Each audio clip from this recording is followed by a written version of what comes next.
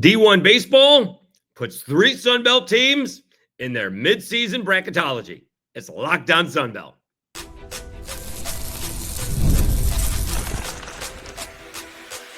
You are Locked On Sunbelt, your daily podcast on the Sunbelt Conference, part of the Locked On Podcast Network, your team every day. All right, Dave Schultz, Locked On Sunbelt, your teams every day. Today's episode brought to you by FanDuel. Right now, new customers can get $200 in bonus bets when your first $5 bet wins. All right, day off. Actually, recording early. We are expecting more weather here in the Louisville area, so hopefully, we get it done before the power or internet goes down, or we have to take cover. One of those two things. All right, we may make this a little bit of a long segment or break it into two. Troy gets a win on getaway day, and there's 2 other ball games on Wednesday to talk about. There's only 2. I think I'd have this brought up at the time. Little Rock is taking on Arkansas State, and the Cajuns are hosting Louisiana Tech. That's a big ball game. All right, that is a big ball game. We'll get into that. All right, so we had 13 out of 14 teams play yesterday. Troy played today. Don't often see getaway day in college baseball, but they played early today and apparently taken off. All right, so D1 baseball, Kendall Rogers and crew did their midseason bracketology, if you will, midseason report over at D1 baseball. Those guys do a great job. Mark Etheridge happens to work for them and was in Mobile, so he'd be at South Alabama when he could be. So he was always gracious to come on my show and talk college baseball, not just South Alabama, but whenever. And so we started talking about it yesterday, the RPI, and I warned you guys, we're going to harp on it. And it just so happens that the bracketology came out on Wednesday. And he's got 3 teams. Coastal hosting a 12 seed. Troy and Southern Miss, both 2 seeds. That's it. All right. Can't really blame them. All right. So let's see what we got here, because we're going to go off of Warren Nolan's predicted results. Okay. That's just a math thing that they do, which I love. Also, it can change on a minute by minute basis if you do it. But you can do a Warren Nolan predicted finish at noon, and it can change at 12:30. All right. So grain of salt. This is the Coastal Carolina predicted finish, 43-12. They got an RPI of 12, only 4-8 against quadrant 1, but they have D1 baseball has them as a number 12 seed hosting, as you would expect. We could let's see where they had them here. They had Wake, East Carolina, and High Point in the Conway, South Carolina regional. All right, not quite a national seed. All right. Let's see what they are now overall. Right now, Coastal Carolina overall is 21-8. They're giving them 4 more losses the rest of the way. They're going to fall down to 12. Yeesh. Okay. Well, let's see. I don't have that up here now. See that we're going to talk through this. Let's see what. I mean, as of right now, Coastal Carolina is 5 in the RPI. They're going to lose 4 more times and drop to 12. Okay. All right. It is what it is. Okay. Troy also has a very good seed. Let's change that. They got Troy at a 34 RPI. Boy, that is falling too, because Troy right now is like 19 or 20. Let's see where Troy is exactly 20, as it turns out. They have improved to 22-8. Doesn't seem like they moved anywhere. They did get a win over Florida A&M. We'll go over that a little bit later. So they only have them losing 4 more times. And their RPI is going to drop from 20 to 14. This kind of goes along those lines of the Sunbelt RPI stinks. They're going to lose. Coastal Carolina and Troy are going to lose 4 more times the rest of the way. All right. My understanding is there would be no math, but Troy's making it easy, having played their 30th game today. That leaves them with 26 more games. They're going to go 22-4 or 20-4. No, there you go. My understanding is that, Matt, they've played 30 games. So that means they have 26 to go. So they're going to go 22-4. There you go. Okay. That's not making sense. Hold on. Let me see. Troy is 22-8. That's 30 games. They play 56. All right. 20-4 is 24 ball games. Short somewhere in there. Anyways. All right. So we're short in there somewhere. They got 56 over there. All right. Anyway, still interesting that they're going to win that much. And the point is drop in that RPI. Okay. The other team that I did, let's go to Southern Miss because I find that fascinating as well because Southern Miss doesn't have a good RPI now. Coastals and Troy's are falling. Southern Miss is actually going to go up. Southern Miss's RPI right now is 54. As of right now, they're 21-8. And they're going to lose 6 more times, according to Warren Nolan. But their RPI is going to go up to 44. And D1 Baseball has them as a 2 seed. I don't know if that's based on winning the regular season or getting the automatic berth. They have I guess he's got Coastal Carolina as the automatic berth, winning the conference tournament. They have the little asterisk there. I guess that's what that is for. That's my guess. All right. So he's got Coastal Carolina as the automatic berth. All right. I mean, here's the thing about Southern Miss or 44th ranked. That's a great record. Okay. Going back last year, the Cajuns finished 40-16 regular season champs. They finished 42-20. They were 2-done at the Sunbelt. And then actually maybe they were 41-15 because did they lose? Well, you can only lose 2, right? You can't lose 3. You can only lose 2. They played 5 games because they won 5. They won 3 games, right? No. They won 2 and they lost 2. All right. Right. Because they lost to Texas, lost to A&M, beat Texas, beat Grambling. That's 2. And then they lost to A&M again. Okay. Lost to A&M. Okay. So there we go. No. So they won. They beat Grambling, okay. There you go. So they went 2-2 in the regional. All right. Which is correct. So they were 40-16 last year, the Cajuns in the regular season. And I think they got a healthy 2 seed, but I think they had a much better RPI. Can we do that? Can we go back to RPI for the seasons? I don't know if we can do that. It doesn't appear we can do that. Previous seasons. Baseball. Let me see. All right, 2024. Because that's going to be good because we can compare it to the Cajuns. Also, the Sunbelt was 5 last year. And now they are still 9th. Baseball RPI. Okay, so that's last year. All right, let's see where the Cajuns were last year. All right, so the Cajuns were 41. The Cajuns were 41. I'm going to presume that's a little bit lower, only because, they lost 4 out of their last 6 games.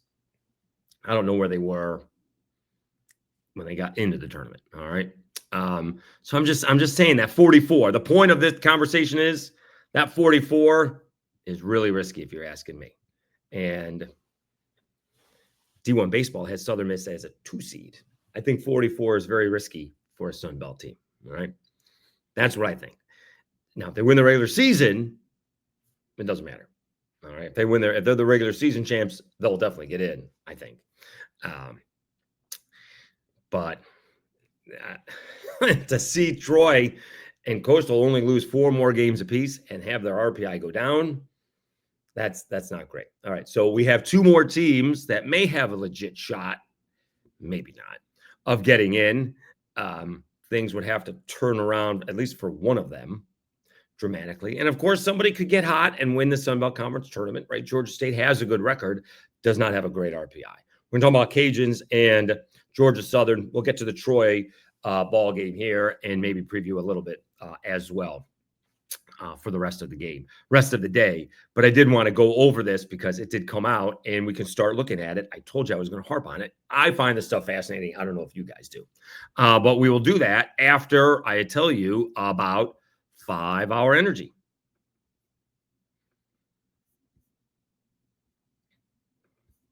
Daylight savings snuck up on us again. And if you're feeling that lost hour of sleep, 5 Hour Energy has your back. That extra sunshine means more time for fun, but sometimes you need a little boost to power through. Whether you're staying up late watching the NCAA tournament or college baseball, squeezing in a round of golf after work, or just trying to keep up with your busy day, 5 Hour Energy gives you that quick, refreshing pick-me-up whenever you need it. With longer days, I love getting outside for a hike or a run, and that tropical burst is my go-to for a quick boost. Whether I'm at a game or traveling, 5 Hour Energy is easy to grab and keeps me feeling refreshed. Head to 5hourenergy.com to find over 15 flavors to choose from, including watermelon, blue raspberry, and peach mango. You can even build your own 12-pack or 24-pack delivered right to your door. Need one now? Grab a 5 Hour Energy shot at your local grocery or convenience store. They're everywhere. Stock up today and stay energized.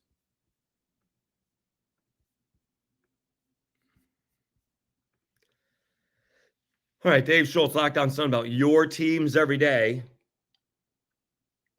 We're talking D1 baseball bracketology and where the Sunbelt stands. We did the 3 teams that got in. Now we're going to do the 2 that may have a shot, kind of an outside shot, if you ask me. Georgia Southern actually has a pretty good record compared to the Cajuns, although really it's just a few games difference, to be honest with you. Georgia Southern overall is 17-11, which is 2 games better than maybe it. Actually, it's, well, I can't figure out the halves. Like 3 games better. They have 4 less losses, but 2 more wins. But their RPI is 57. So that's actually much better, obviously. All right. Cajuns are 77. So let's look at the Cajuns. Well, let's look at Georgia Southern first, because they seem to be more of a possibility. Here is Georgia Southern. All right. So what do we say? 17-11. So they're going to go 20-8 the rest of the way. Their RPI is going to go down.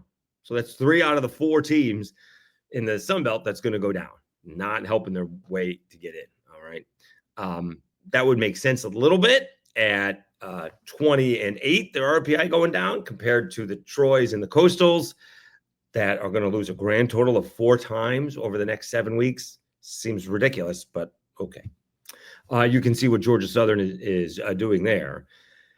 Have not looked at everyone's schedules. I will talk about the Cajuns because their schedule is, to be honest with you, some weak sauce towards the end of the season. They had a really good schedule. They didn't take advantage of it. All right. If they had beaten some teams, they would be better off, but they did not, even just going 500. So let's get to that Cajuns part of the show. Here you go. That does not look like it's an NCAA baseball team. They're 15-15. So that means they're going to go 16-10.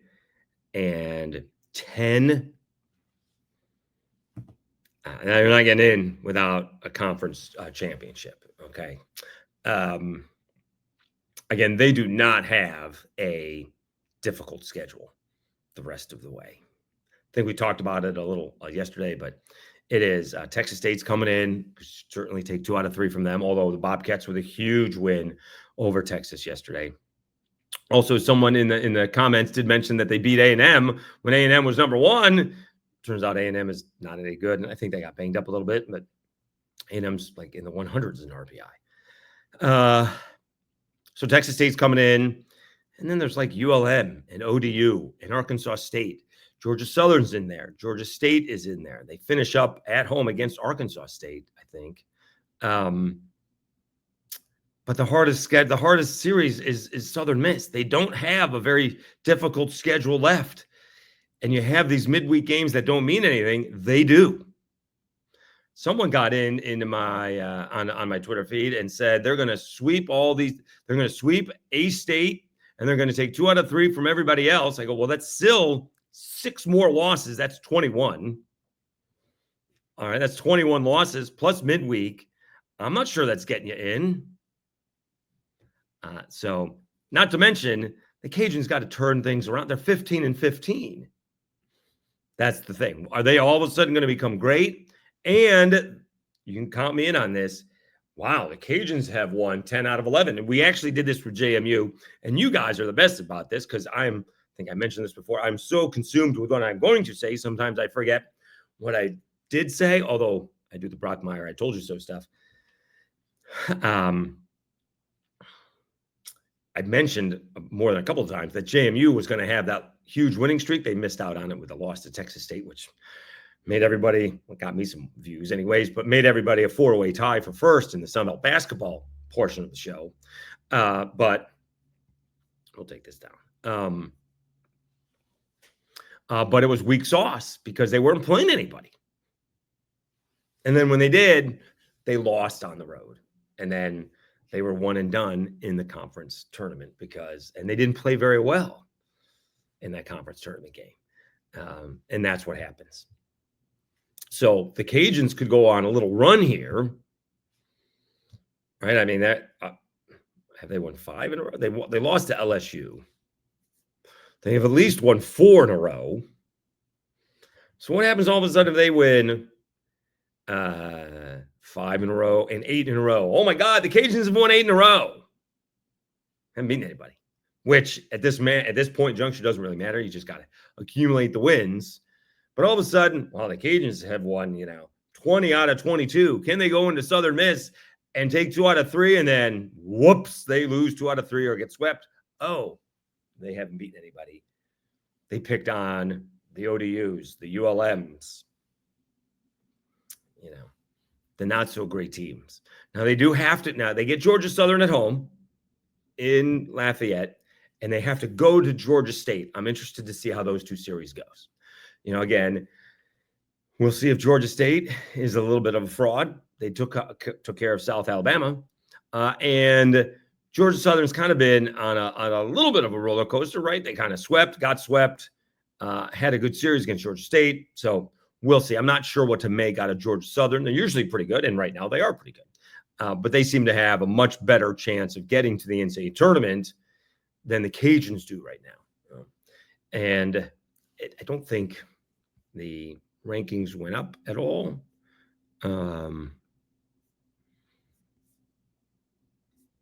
Because of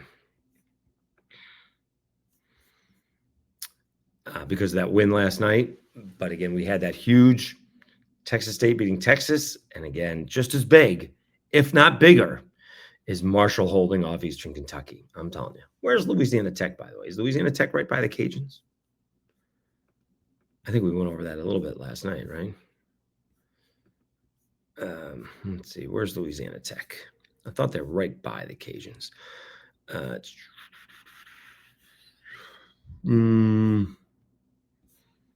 Cajuns are 77. How about Southeastern Louisiana is 53? Oh, that's impressive. East Tennessee State is 35. Nice.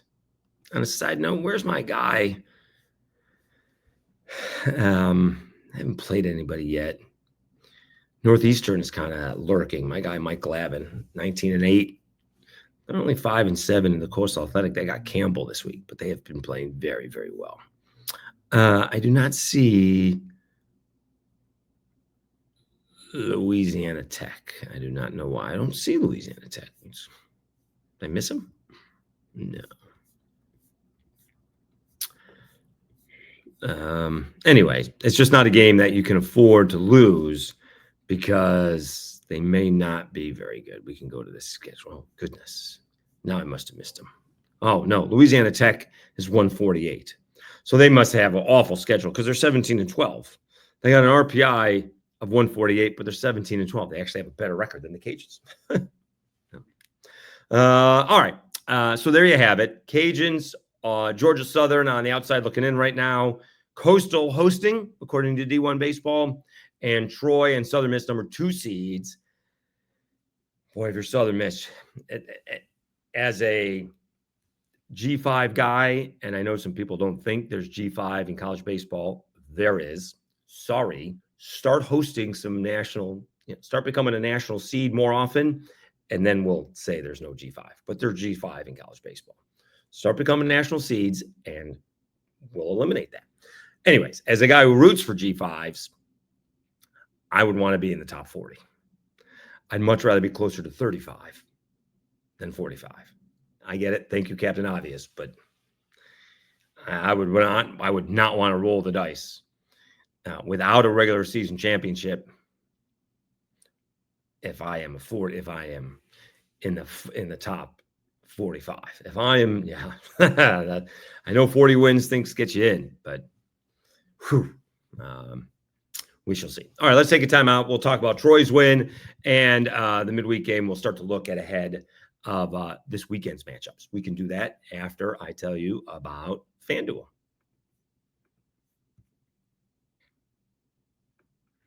The NCAA tournament is here, and FanDuel is giving you the chance to get in on the action like never before. Right now, new customers can get $200 in bonus bets when your first $5 bet wins. That's 200 extra bucks to use on everything from buzzer beaters to Cinderella stories and who's cutting down the nets. With the tournament games happening, well, this weekend, there's always something exciting to bet on. The FanDuel app is simple to use, and when I win, I get paid instantly, no waiting around. So visit FanDuel.com and get in on the college hoops action all tournament long.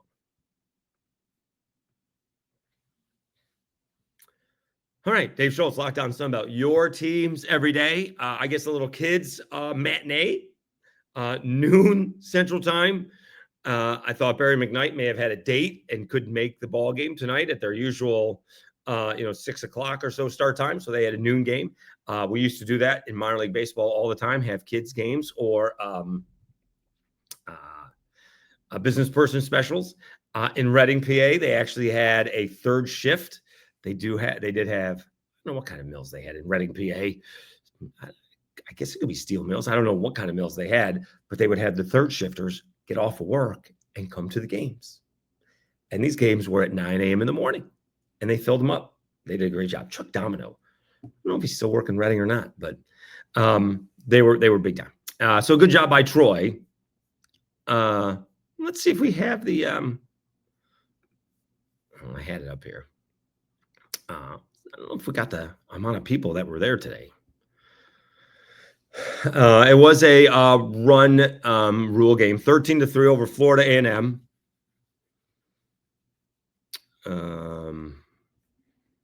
Does not say the attendance. Do I not see the attendance? I don't see the attendance. Well, that's a little bit disappointing. All right, maybe I'll check it on the other website. Let's see who had big ball games for Troy. Stephen Meyer, big ball game leading off, 2 for 2 with 2 walks, 4 runs driven in, and 3 runs scored. That's like a week. That's a nice day. Sean Darnell with Stephen Meyer on base all day, 2 for 3 with 3 runs driven in. Brooks Bryan, his bat not needed, but still contributed, 1 for 4 with 2 runs scored. I mean, these guys against A&M had 10 base hits and walked 12 times. That's why a 7-inning game took 3 hours and 3 minutes. Yeesh.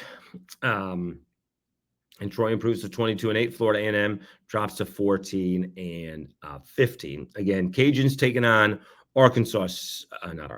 Louisiana Tech tonight. And I thought the other team was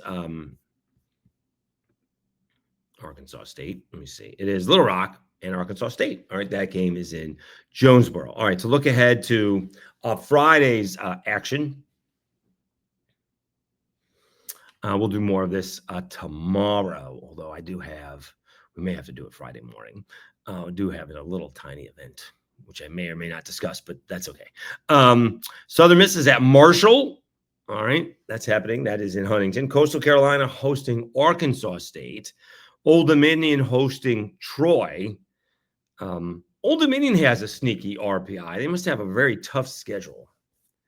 They have a little bit of a sneaky RPI for some reason compared to based on their record. Old Dominion's RPI is 97, which is not great by any stretch of the imaginations, but they're only 8-18, right? For example, Georgia State is 18-13. Their RPI is 160. Old Dominion is 8-18. Their RPI is 97. That's kind of strange. Not great. All right. Elsewhere, Georgia State's at JMU. We'll start to see if Georgia State is for real. They have their work cut out for them. ULM is hosting App State. App State took it on the chin last night against Western. At Western Carolina, that's a bad loss. Cajuns hosting Texas State. And again, can the Cajuns get hot? Does Texas State take any momentum with them after taking down the Longhorns? I presume it'll be Chase Morgan. It'll be interesting to see. Is Andrew Herman, is he on the back end of Chase Morgan, or is he pitching Saturday? It'll be interesting to see on how the Cajuns pitching rotation lines up. And you have Georgia Southern at South Alabama. So that's a series on paper that Georgia Southern should win. Does South Alabama turn it around, start to turn their season around with a series win on a good team? All right. All right. Also on Friday, we do have a big basketball announcement. Right. Ryan Pannone is being officially introduced. I think he's been there all week. Interesting that's happening on Friday, but he's been there all week. So I guess they're taking their time. And I guess I wouldn't be surprised if he took off to go to the Final Four. Again, it's a coaches convention. Wouldn't be surprised if he goes and hires some coaches, if that's the case. Also, it should be mentioned, the Cajuns got a couple of assistant coaches. And they announced some things here. We know Quantus White. All right. They got Milan Mejia. I guess he's from Baton Rouge, went to U High. All right. And he went to Loyola. He is following one of the assistant coaches, which is Donald Reyes. Donald Reyes, I believe, was the head coach at Loyola New Orleans, who the Cajuns play almost every year. And he is going to be an assistant coach. They also picked up another coach. Interesting. Scott Rains. I don't know anything about Scott Rains, except it doesn't look like he's been coaching for a minute. Rains joins the Louisiana men's basketball staff after a long and successful career in the junior college ranks, won almost 200 games as a head coach. Rains most recently served as the head coach of Howard College in Big Spring, Texas from 2013 to 22, where he won 170 games. All right. Now, he does have a connection to Quantus White.